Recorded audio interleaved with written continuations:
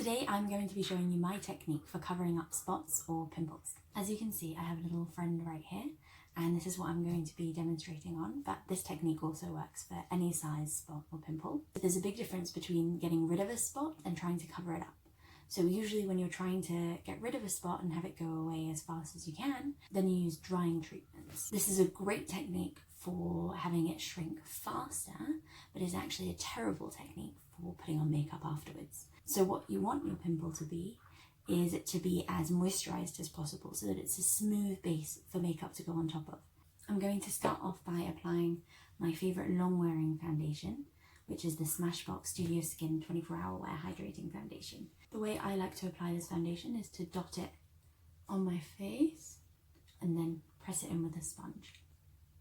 So the idea is to get a nice, even, thin layer of foundation all over your face. If you have loads and loads of spots, pimples, acne all over your face, then what I used to do when I had that issue was I used to just take a really full coverage foundation and just put it all over my face, because trying to cover up every single spot by itself is just extremely time consuming. So as you can see, I've now got a light layer of foundation on.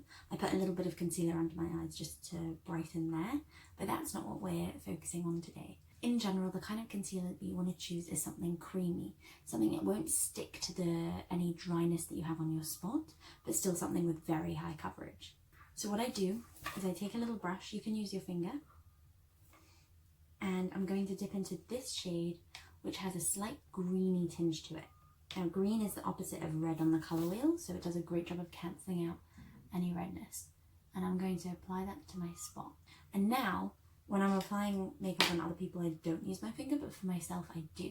I'm just going to press it in with my finger and then tap around the edges, just to make sure that the edges are seamless. And I do this as many times as I need to. And another trick is to go at the spot or pimple in any direction. So I'm going to start applying it kind of upwards. Because your spot, it has texture on all sides of it. So if you're applying the concealer from every angle, that's going to cover it up best. That's my concealer done. Now you can see I've got a little green beard. So now's the fun part. You go back in with your foundation again, just to make sure that the colour match is perfect. I will say that this is the first time that I'm covering up this spot properly, because we have to wear masks, and this is in the perfect place for me not to have to worry about my spot, because I just stick a mask on and no one knows.